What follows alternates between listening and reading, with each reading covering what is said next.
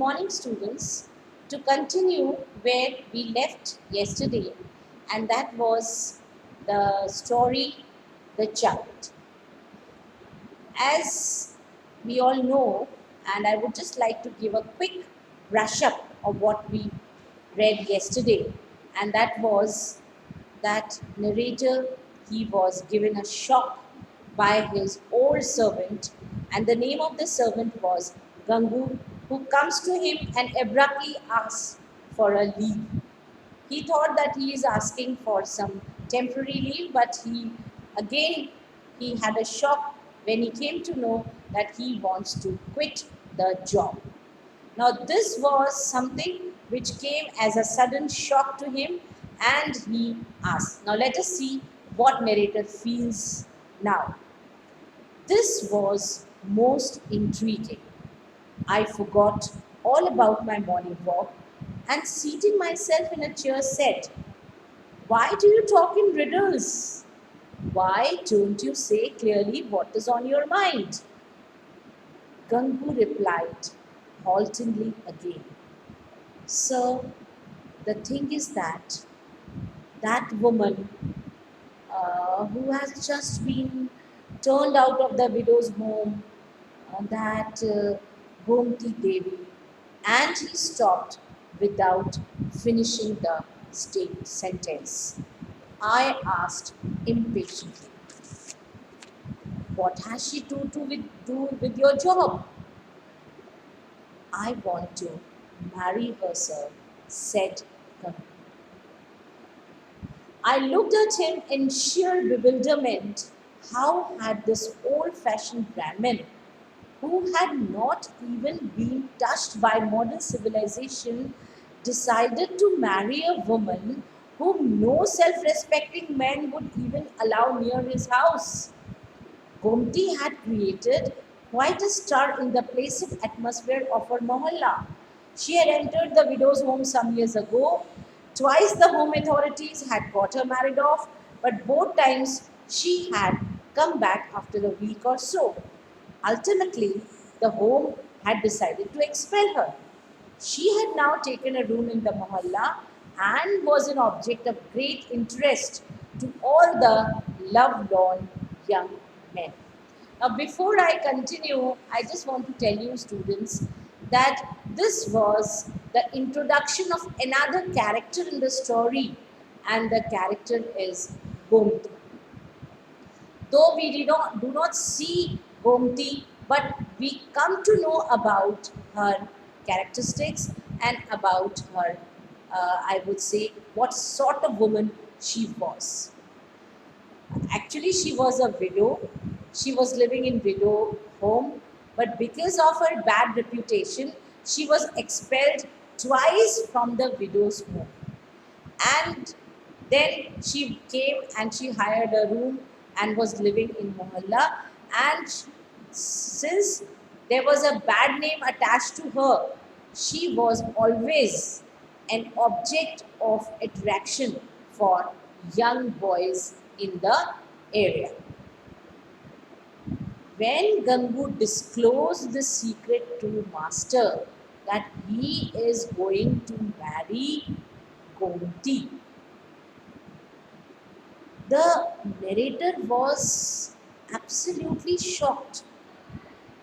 He couldn't believe his ears because a man who was not so civilized, who was not so progressive in his approach, in his thought, how could he ever think of marrying a woman who has already a bad name attached to her? Now, the narrator explains and said, "I felt both annoyed and sympathetic towards Gangu. Why couldn't the stupid man find another woman to marry? I said to myself, I was certain she would not stick to him for more than a few days. If he had been better off financially, she might have stuck on for 6 months or so, but now I was sure the marriage would not last more than a few days." "Are you aware of the past?" I asked him. It's all lies, sir, he said with great conviction. People have given her a bad name for nothing. What nonsense, I said. Can you deny that she has left three husbands? What could she do? Replied Gangu, unperturbed. If those people turned her out, what a fool you are, I added. Can you really believe that a man comes all the way to marry a woman, spends thousands of rupees on the marriage, only to turn her out in the end? Gangu almost replied with the zeal of a poet. Now, here we come to know that Gangu was deeply in love with Gomti. So he was not ready to listen any accusations or anything against her. Where there is no love, you cannot expect a woman to stay on. You cannot win a woman with mere board and lodging. Those people who married her thought that they were doing her a great favor by marrying a widow and took it for granted that she would do everything for their sake. But to win someone ever one has first to forget about oneself. And besides, sir, she gets fit sometimes, starts talking all sorts of nonsense and becomes unconscious. People say that she is under the influence of a witch.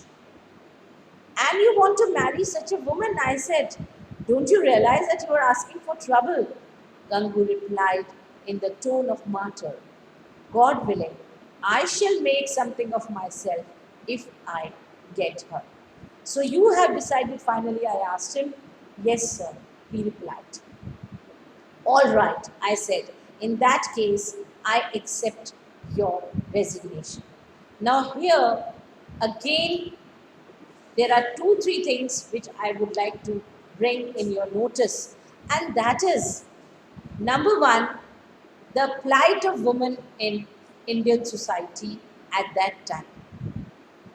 She was a widow, bad name was attached to her, and as Gangu had already said, that people who married her, not for the sake of marrying, but only they wanted to take her for granted. And secondly, because of her stress, because of her pressure, she had fits, which people mistook it to be under the influence of witch. And that is that in those times, the superstitions were prevalent in the society, and the women who were really sick, who needed to be taken care of, they were not being taken care in the proper way. Rather, they were under superstitions. They were forced to believe that they are under influence of some witch. So all that, the conversation comes to an end when Gangu says that he has finally decided to quit the job, and the narrator also thought that he is not ready to listen to anything. So okay, he gives up and he says, I accept your resignation. Now the thoughts which comes predominantly in the mind of narrator, it gives an insight of a person who was very much, who was sensitive for what was going on around him. So he says, the narrator himself says, normally I don't believe in old customs and meaningless traditions. In this particular case, however, I considered it definitely dangerous to keep in the house a man who was intent on marrying a woman of such doubtful reputation. It might lead to all sort of complications to my mind. Gangu in marrying this woman was behaving like a starving man, and that the piece of bread was dry and tasteless was immaterial to him. I considered it wise to keep aloof. Before I move further in the story, I just want to make one statement about this entire paragraph, and that is, writer was not influenced by what Gangu was saying. he was very much convinced what he believed in himself. But he thought that there is no point because this man has become, he is madly in love with this woman. And he gives an example that since he is starving, he wants to marry this woman. So he's not concerned whether the thing which he's getting to eat is a dry bread or a delicious one. But he is, the only thing is he wants to satisfy his feelings. 5 months passed. Gangu had married Gomti and was living in the same mohalla in a thatched hut. He was now earning and living as a hawker, and whenever I met him on the road, I stopped to inquire about his welfare. His life was a matter of great interest to me. I was impatient to know how it would all end. However, I always found him happy. His face had a glow which only comes with complete lack of worry. He earned about a rupee every day, and after buying his stock, he was left with about 10 annas or so. And there must have been some supernatural power in those 10 annas to give him such complete contentment.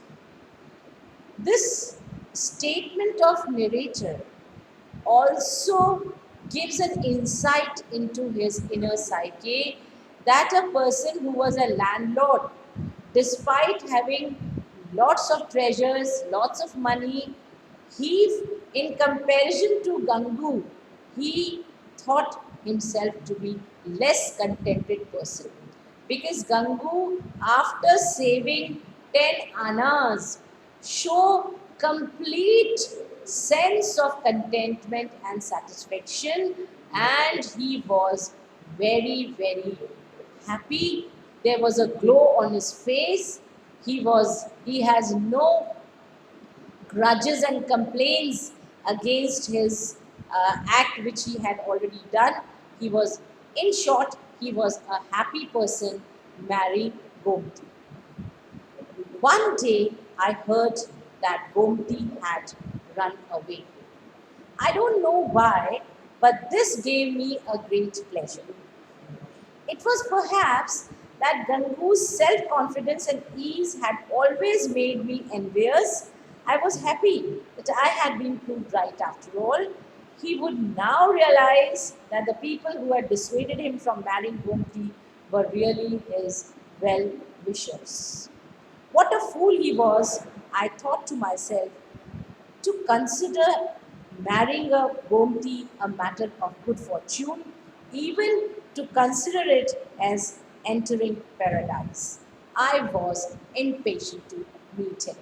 Now, as I already told you, that writer internally he was somewhere, his pride was inflicted, and he wanted to take revenge upon Gangu because he did not believe him, he dissuaded what he said, he did not follow his instructions.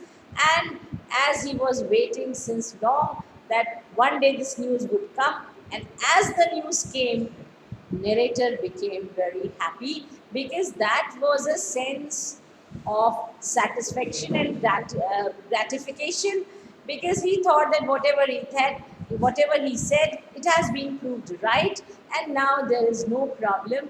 He can say, he can claim of giving a right, I would say, preaching to a person.